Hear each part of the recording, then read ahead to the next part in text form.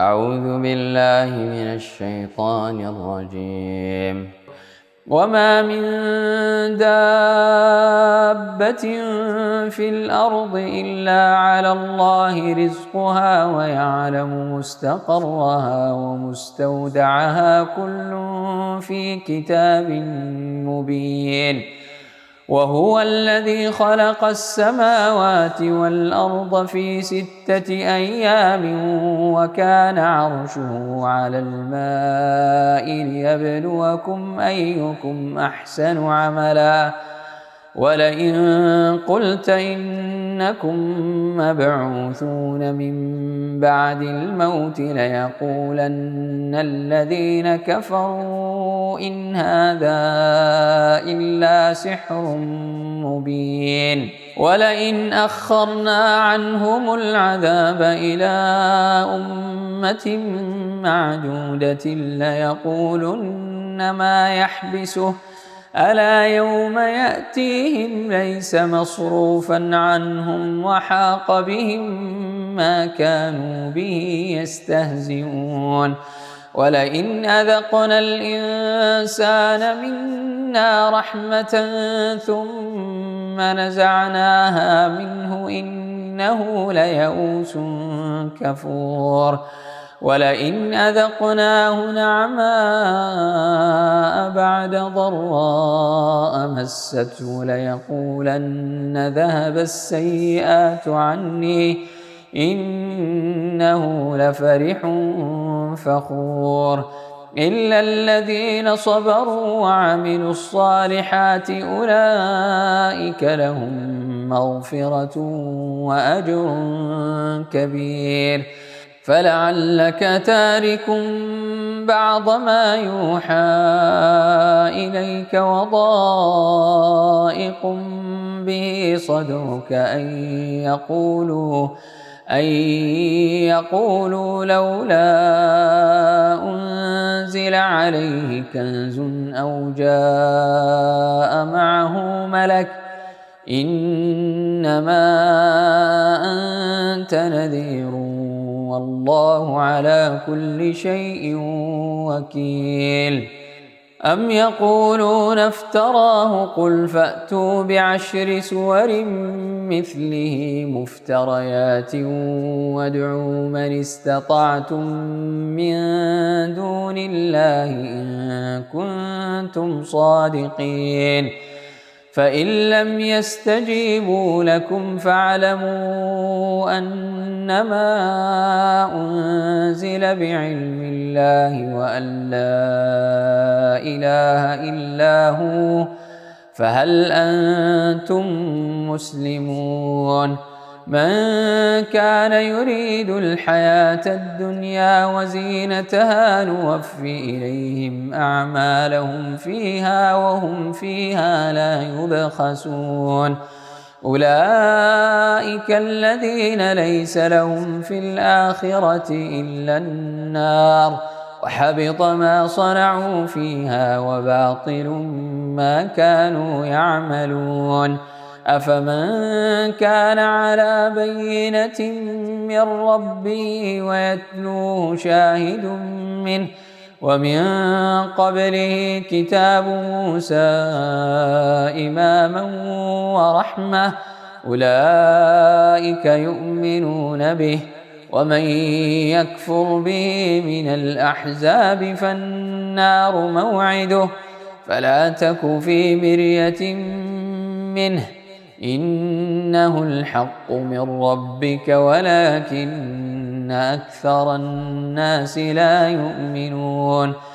ومن أظلم ممن افترى على الله كذبا أولئك يعرضون على ربهم ويقول الأشهاد هؤلاء الذين كذبوا على ربهم ألا لعنة الله على الظالمين.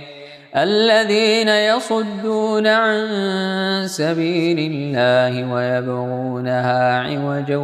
وهم بالآخرة هم كافرون. أولئك أولئك لم يكونوا معجزين في الأرض وما كان لهم من دون الله من أولياء يضاعف لهم العذاب ما كانوا يستطيعون السمع وما كانوا يبصرون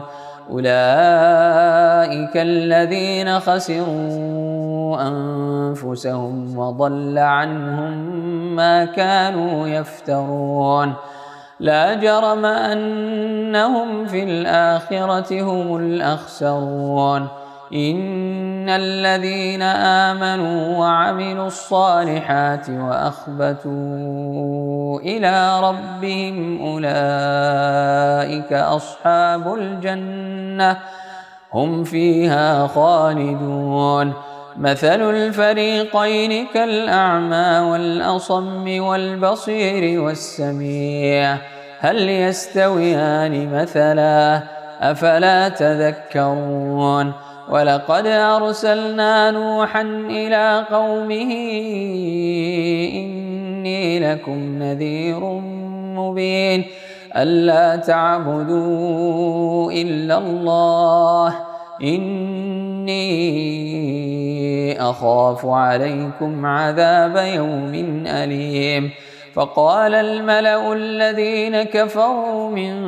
قومه ما نراك إلا بشرا مثلنا وما نراك اتبعك إلا الذين هم أراذلنا بادي الرأي وما نرى لكم علينا من فضل بل نظنكم كاذبين قال يا قوم أرأيتم إن كنت على بينة من ربي وآتاني رحمة من عنده فعميت عليكم أنلزمكموها وأنتم لها كارهون ويا قوم لا أسألكم عليه مالا إن أجري إلا على الله وما أنا بطارد الذين آمنوا إنهم ملاقو ربهم ولكني أراكم قوما تجهلون ويا قوم من ينصرني من الله إن طردتهم أفلا تذكرون ويا قوم من ينصرني من الله إن طردتهم أفلا تذكرون ولا أقول لكم عندي خزائن الله ولا أعلم الغيب ولا أقول إني ملك ولا أقول للذين تزدري أعينكم لن يؤتيهم الله خيرا الله أعلم بما في أنفسهم إني إذا لمن الظالمين قالوا يا نوح قد جادلتنا فأكثرت جدالنا فأتنا بما تعدنا إن كنت من الصادقين قال إنما يأتيكم به الله إن شاء وما أنتم بمعجزين ولا ينفعكم نصحي إن أردت أن أنصح لكم إن كان الله يريد أن يغويكم هو ربكم وإليه ترجعون أم يقولون افتراه قل إن افتريته فعلي إجرامي وأنا بريء مما تجرمون وأوحي إلى نوح أنه لن يؤمن من قومك إلا من قد آمن فلا تبتئس بما كانوا يفعلون واصنع الفلك بأعيننا ووحينا ولا تخاطبني في الذين ظلموا إنهم مغرقون ويصنع الفلك وكلما مر عليه ملأ من قومه سخروا منه قال إن تسخروا منا فإنا نسخر منكم كما تسخرون فسوف تعلمون من يأتيه عذاب يخزيه ويحل عليه عذاب مقيم حتى إذا جاء أمرنا وفارت النور قل نحمل فيها من كل زوجين اثنين وأهلك إلا من سبق عليه القول وما آمن معه إلا قليل وقال اركبوا فيها بسم الله مجريها ومرساها إن ربي لغفور رحيم وهي تجري بهم في موج كالجبال ونادى نوح ابنه وكان في معزل يا بني اركب معنا ولا تكن مع الكافرين قال سآوي إلى جبل يعصمني من الماء قال لا عاصم اليوم من أمر الله إلا من رحم وحال بينهما الموج فكان من المغرقين وقيل يا أرض ابلعي ماءك ويا سماء أقلعي وغيض الماء وقضي الأمر واستوت على الجودي وقيل بعدا للقوم الظالمين ونادى نوح ربه فقال رب إن ابني من أهلي وإن وعدك الحق وأنت أحكم الحاكمين قال يا نوح إنه ليس من أهلك إنه عمل غير صالح فلا تسألني ما ليس لك به علم إني أعظك أن تكون من الجاهلين قال رب إني أعوذ بك أن أسألك ما ليس لي به علم وإلا تغفر لي وترحمني أكن من الخاسرين قيل يا نوح اهبط بسلام منا وبركات عليك وعلى ممن معك وأمم سنمتعهم ثم يمسهم منا عذاب أليم تلك من أنباء الغيب نوحيها إليك ما كنت تعلمها أنت ولا قومك من قبل هذا فاصبر إن العاقبة للمتقين وإلى عاد أخاهم هودا قال يا قوم اعبدوا الله ما لكم من إله غيره إن أنتم إلا مفترون يا قوم لا أسألكم عليه أجرا إن أجري إلا على الذي فطرني أفلا تعقلون ويا قوم استغفروا ربكم ثم توبوا إليه يرسل السماء عليكم مدرارا ويزدكم قوة إلى قوتكم ولا تتولوا مجرمين قالوا يا هود ما جئتنا ببينة وما نحن بتاركي آلهتنا عن قولك وما نحن لك بمؤمنين إن نقول إلا اعتراك بعض آلهتنا بسوء قال إني أشهد الله واشهدوا أني بريء مما تشركون من دونه فكيدوني جميعا ثم لا تنظرون إني توكلت على الله ربي وربكم ما من دابة إلا هو آخذ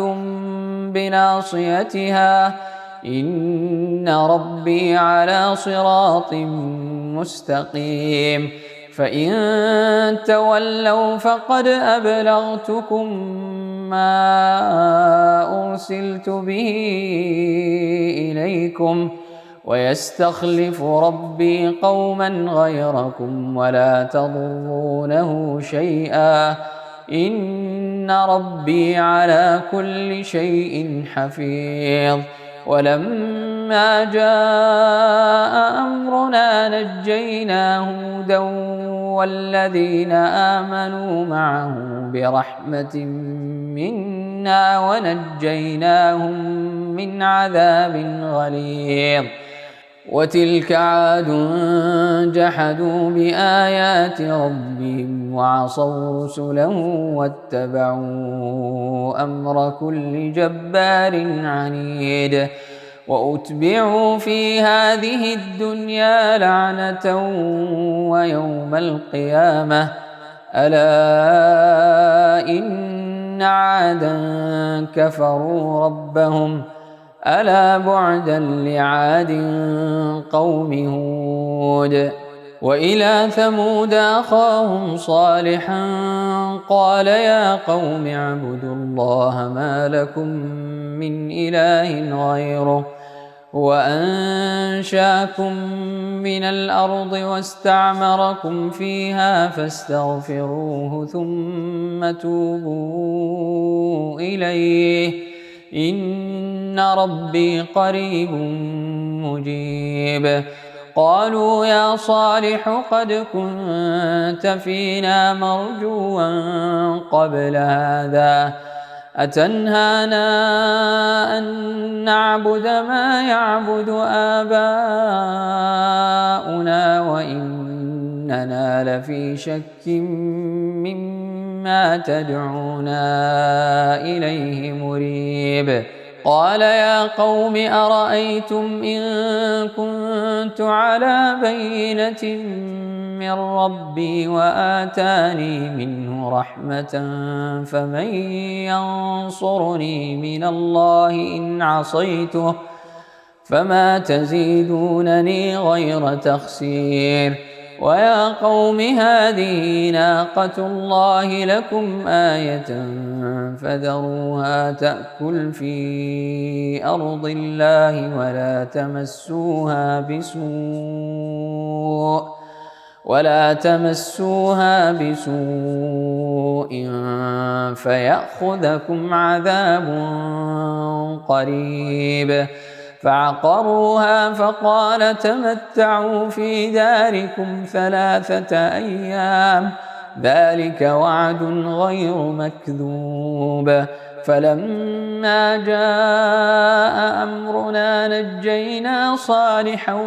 والذين آمنوا معه برحمة منا ومن خزي يومئذ إن ربك هو القوي العزيز وأخذ الذين ظلموا الصيحة فأصبحوا في ديارهم جاثمين كأن لم يغنوا فيها ألا إن ثمود كفروا ربهم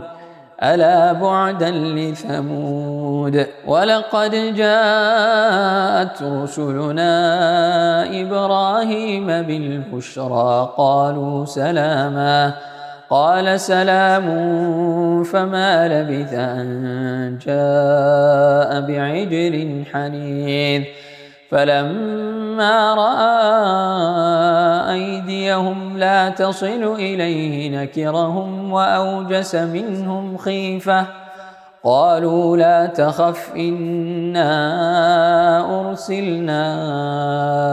إلى قوم لوط وامرأته قائمة فضحكت فبشرناها بإسحاق ومن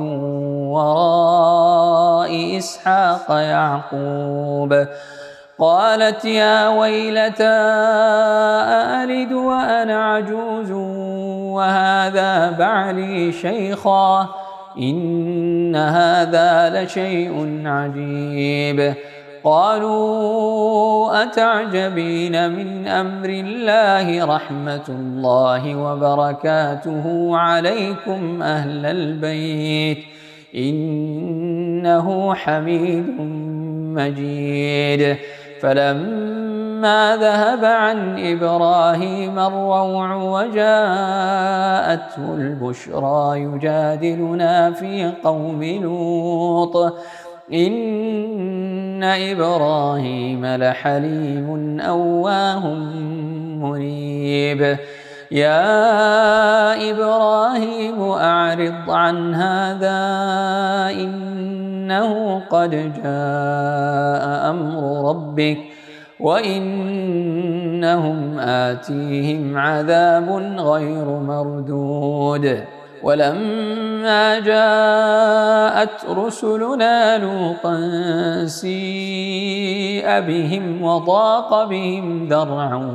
وقال هذا يوم عصيب وجاءه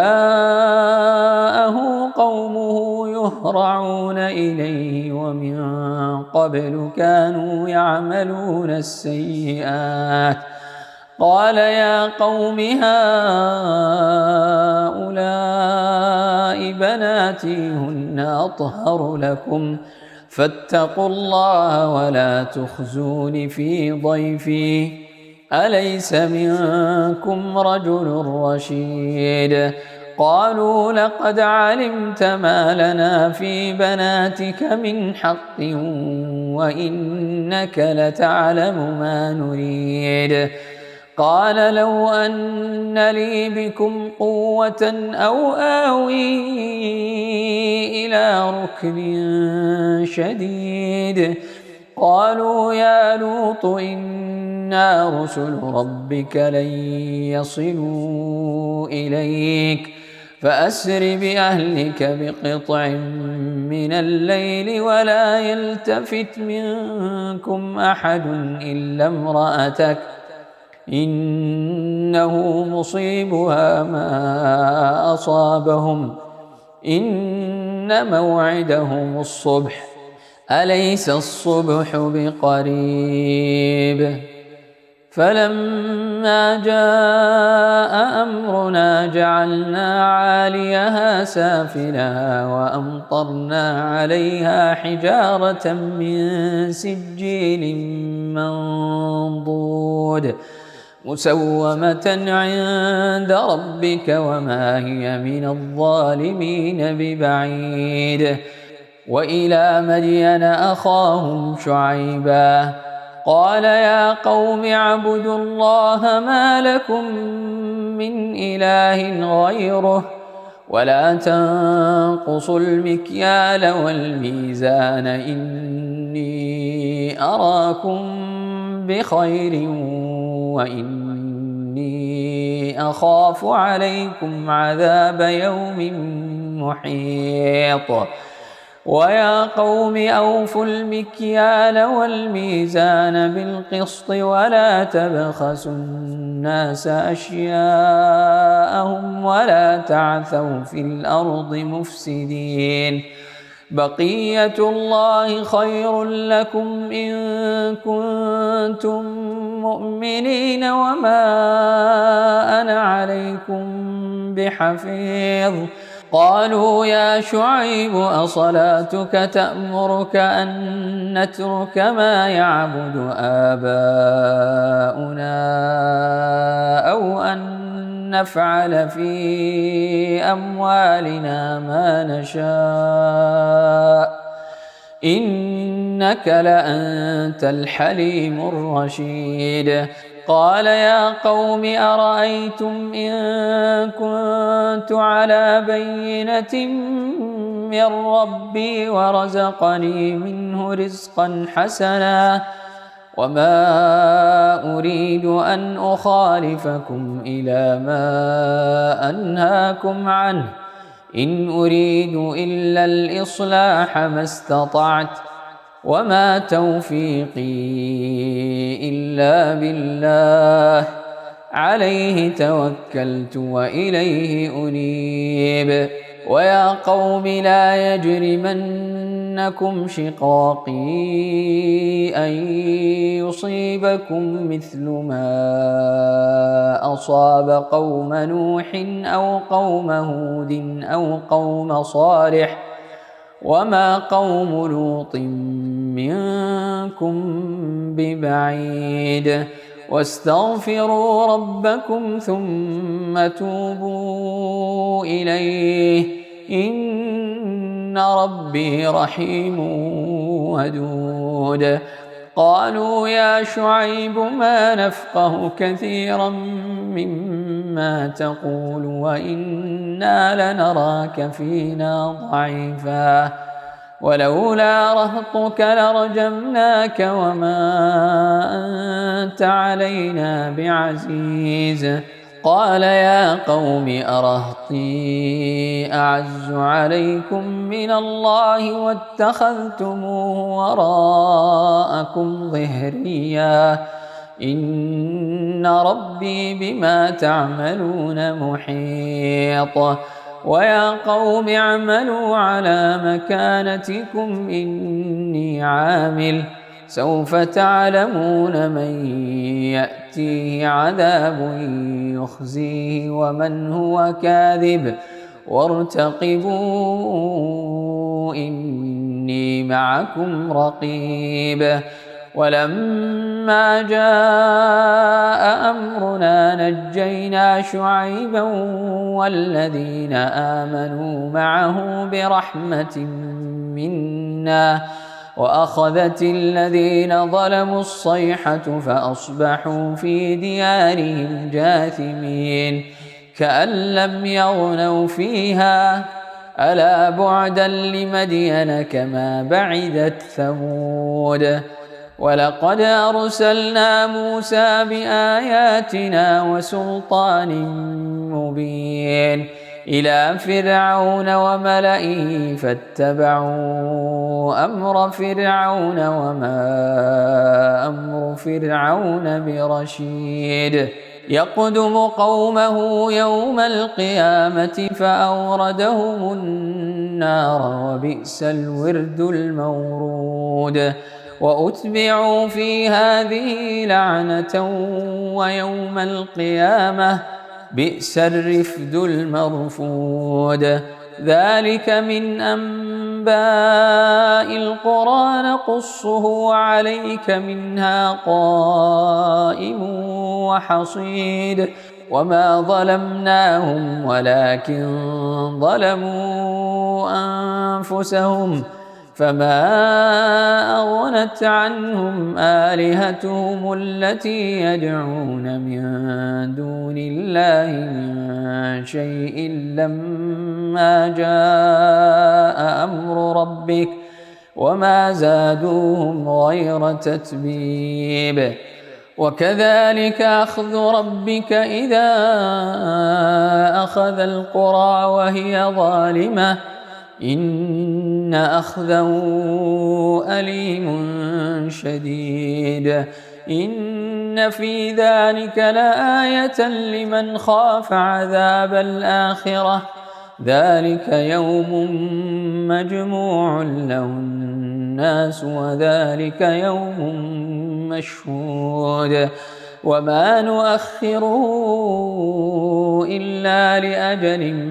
معدود. يوم يأتي لا تكلم نفس إلا بإذنه فمنهم شقي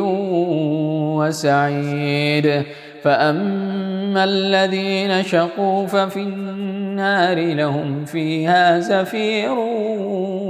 وشهيق خالدين فيها ما دامت السماوات والأرض إلا ما شاء ربك إن ربك فعال لما يريد.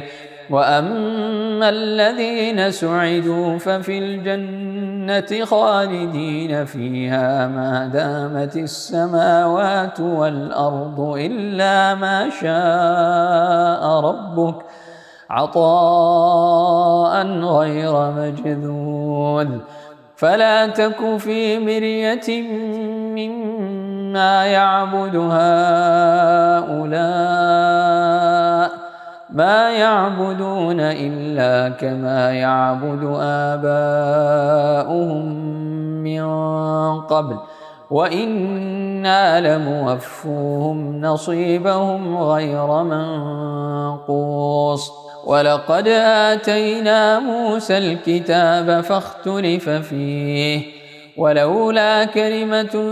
سبقت من ربك لقضي بينهم وإنهم لفي شك منه مريب. وإن كلا لما ليوفينهم ربك أعمالهم إنه بما يعملون خبير. فاستقم كما أمرت ومن تاب معك ولا تطغوا إنه بما تعملون بصير. ولا تركنوا إلى الذين ظلموا فتمسكم النار وما لكم من دون الله من أولياء ثم لا تنصرون. وأقم الصلاة طرفي النهار وزلفا من الليل إن الحسنات يذهبن السيئات ذلك ذكرى للذاكرين. واصبر فإن الله لا يضيع أجر المحسنين. فلولا كان من القرون من قبلكم أولو بقية ينهون عن الفساد في الأرض إلا قليلا ممن أنجينا منهم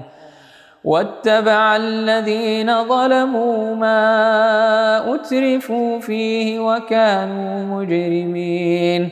وما كان ربك ليهلك القرى بظلم وأهلها مصلحون. ولو شاء ربك لجعل الناس أمة واحدة ولا يزالون مختلفين إلا من رحم ربك ولذلك خلقهم وتمت كلمة ربك لأملأن جهنم من الجنة والناس أجمعين. وكلا نقص عليك من أنباء الرسل ما نثبت به فؤادك وجاءك في هذه الحق وموعظة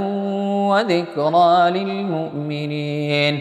وقل للذين لا يؤمنون اعملوا على مكانتكم إنا عاملون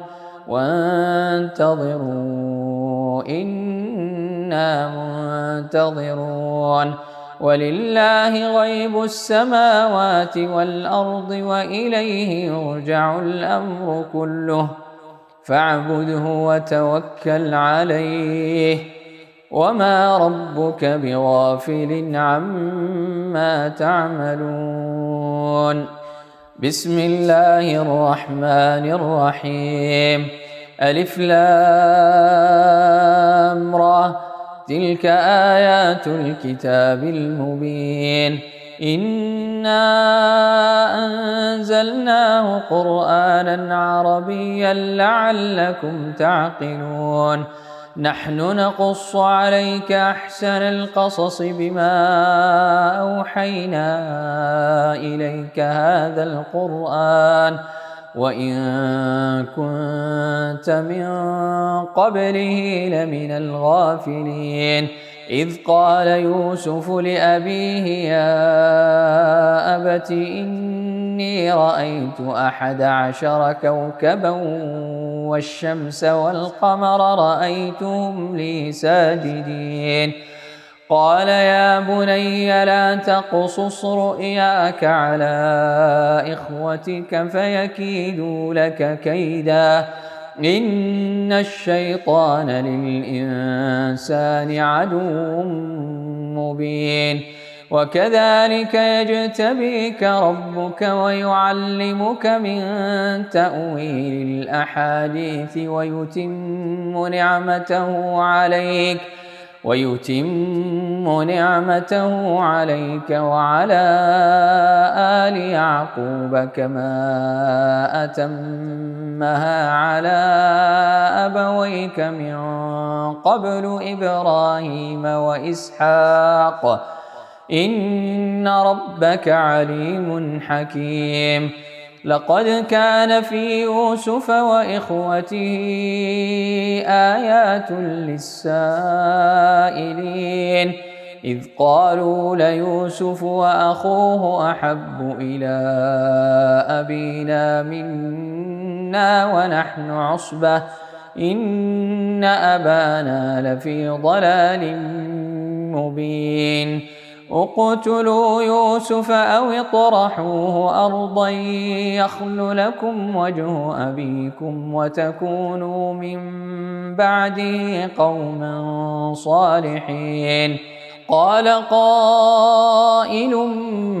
منهم لا تقتلوا يوسف وألقوه في غيابة الجب يلتقطه بعض السيارة إن كنتم فاعلين قالوا يا أبانا ما لك لا تأمنا على يوسف وإنا له لناصحون أرسله معنا غدا يرتع ويلعب وإنا له لحافظون قال إني ليحزنني أن تذهبوا به وأخاف أن يأكله الذئب وأنتم عنه غافلون قالوا لئن أكله الذئب ونحن عصبة إنا إذا لخاسرون فلما ذهبوا به وأجمعوا أن يجعلوه في غيابة الجب وأوحينا إليه لتنبئنهم بأمرهم هذا وهم لا يشعرون وجاءوا أباهم عشاء يبكون قالوا يا أبانا إنا ذهبنا نستبق وتركنا يوسف عند متاعنا فأكله الذئب وما أنت بمؤمن لنا ولو كنا صادقين وجاءوا على قميصه بدم كذب قال بل سولت لكم أنفسكم أمرا فصبر جميل والله المستعان على ما تصفون وجاءت سيارة فأرسلوا واردهم فأدلى دلوه قال يا بشرى هذا غلام وأسروه بضاعة والله عليم بما يعملون وشروه بثمن بخس دراهم معدودة وكانوا فيه من الزاهدين وقال الذي اشتراه من مصر لامرأته أكرمي مثواه عسى أن ينفعنا أو نتخذه ولدا وكذلك مكنا ليوسف في الأرض ولنعلمه من تأويل الأحاديث والله غالب على أمره ولكن أكثر الناس لا يعلمون ولما بلغ أشده آتيناه حكما وعلما وكذلك نجزي المحسنين وراودته التي هو في بيتها عن نفسه وغلقت الأبواب وقالت هيت لك قال معاذ الله إنه ربي أحسن مثواي إنه لا يفلح الظالمون ولقد همت به وهم بها لولا أن رأى برهان ربه كذلك لنصرف عنه السوء والفحشاء إنه من عبادنا المخلصين واستبق الباب وقدت قميصه من دبر وألف يا سيدها لدى الباب قالت ما جزاء من أراد بأهلك سوءا إلا أن يسجن أو عذاب أليم قال هي راودتني عن نفسي وشهد شاهد من أهلها إن كان قميصه قد من قبل فصدقت وهو من الكاذبين وإن كان قميصه قد من دبر فكذبت وهو من الصادقين فلما رأى قميصه قد من دبر قال إنه من كيدكن إن كيدكن عظيم يوسف أعرض عن هذا واستغفري لذنبك إنك كنت من الخاطئين وقال نسوة في المدينة امرأة العزيز تراود فتاها عن نفسه قد شغفها حبا إنا لنراها في ضلال مبين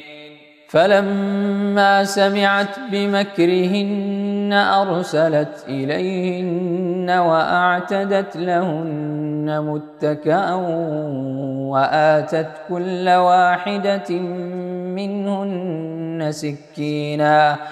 وقالت اخرج عليهن فلما رأينه أكبرنه وقطعن أيديهن وقلن حاش لله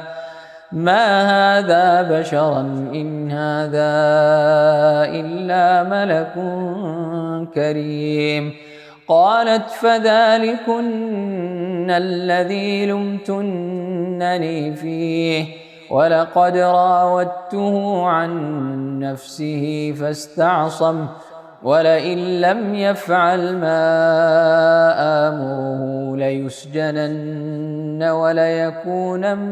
من الصاغرين قال رب السجن أحب إلي مما يدعونني إليه وإلا تصرف عني كيدهن أصب إليهن وأكن من الجاهلين فاستجاب له ربه فصرف عنه كيدهن إنه هو السميع العليم ثم بدا لهم من بعد ما رأوا الآيات ليسجننه حتى حين ودخل معه السجن فتيان قال أحدهما إني أراني أعصر خمرا وقال الآخر إني أراني أحمل فوق رأسي خبزا تأكل الطير منه نبئنا بتأويله إنا نراك من المحسنين قال لا يأتيكما طعام ترزقانه إلا نبأتكما بتأويله قبل أن يأتيكما ذلكما مما علمني ربي إني تركت ملة قوم لا يؤمنون بالله وهم بالآخرة هم كافرون واتبعت ملة آبائي إبراهيم وإسحاق ويعقوب ما كان لنا أن نشرك بالله من شيء ذلك من فضل الله علينا وعلى الناس ولكن أكثر الناس لا يشكرون يا صاحبي السجن أأرباب متفرقون خير أم الله الواحد القهار ما تعبدون من دونه إلا أسماء سميتموها أنتم